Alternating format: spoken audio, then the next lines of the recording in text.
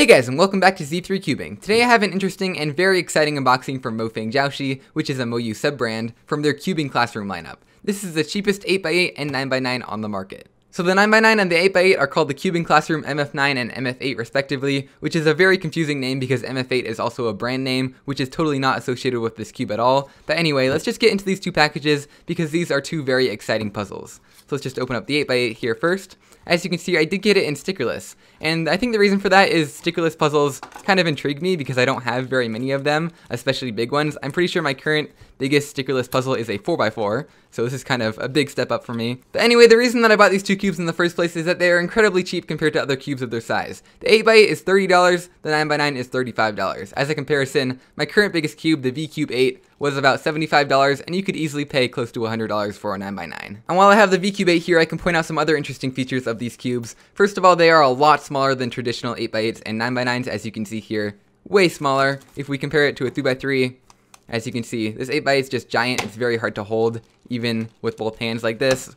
But compared to a 3x3, this 8x8 is perfectly normal size. This is probably the size of a 6x6 or a 7x7. And also this cube is stickerless, which I already mentioned, and it is totally flat. It's not pillowed at all like this one is. Personally, I like flat cubes a lot better, so I'm looking forward to getting into this puzzle. So let's open it up here, get the plastic open. Now I do have to keep in mind that this is a $30 puzzle, so I shouldn't expect the performance to be anything amazing, but let's go ahead and do our first turns on it.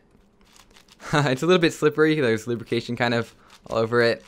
But yeah, that seems to turn pretty well. Got a little bit of a lock up there, but it went back into place pretty easily. Seems like all the layers turn pretty smoothly. It's not super fast. It's definitely pretty sluggish turning it. But if you put a little bit of lubrication in there, I'm sure it'll get better. Yeah, it's very smooth on all layers. Yeah, slow, but smooth and nice turning. It's definitely very manageable. The size is a lot better than the VCube 8. This one's just impossible to get your hands around. This one is very manageable, just like a 7x7. So yeah, I'm definitely gonna have to wipe down the outside of this cube quite a bit. They have this very slippery lubricant on the inside of there to get the pieces to move a little bit better. It's almost like very watery Vaseline. So maybe I'll just clean that out and put my own lubricant in there to make it a little bit faster and less slippery. But overall, it seems to turn pretty well. I'm not getting any major lockups or pops or anything. I mean, obviously you'll get those occasionally on pretty much any big cube. Let's see if I can force it. Yep, there we go. I just got a piece to pop out the back there. It just kind of went flying across the table. So yeah, obviously if you try and corner cut too much, that will happen on a big cube, and it will be a little bit frustrating to try and fix it. But overall, I think it's a very good cube for its price. Now, as cool as a small, stickerless, cheap, and good turning 8x8 is, I want to get onto this new MF8 9x9 because this will be the biggest N/N puzzle that I own. Currently, of course, the biggest one was the VCube 8. So here is the puzzle, and man, that is a lot of layers. Now, I've turned a 9x9 before at competitions and stuff, but I've never actually owned one myself. And this one seems to turn pretty well. It has the same kind of smooth feeling. Everything kind of glides together pretty well.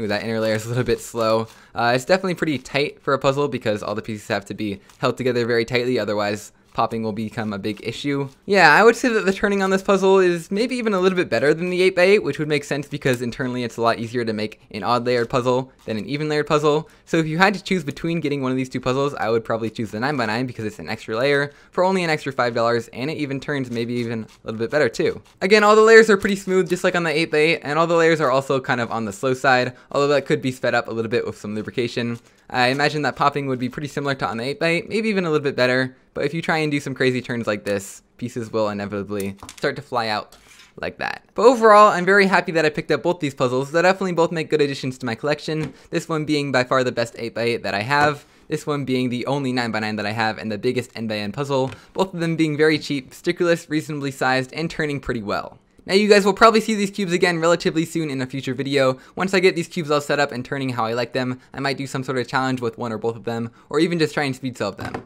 Anyway, if you're looking to buy an 8x8 or a 9x9 on a budget and you don't want to pay a lot extra for a little bit of extra performance on something like the Yushin 8x8 or the Yushin 9x9, these are definitely very good options for that price range of $35 or $30. In fact, this cubing classroom line seems to be one of the best budget options for any N/N puzzle, 2x2 through 9x9. Anyway, that's pretty much it for this video. I hope you enjoyed it, and I'll see you guys next time.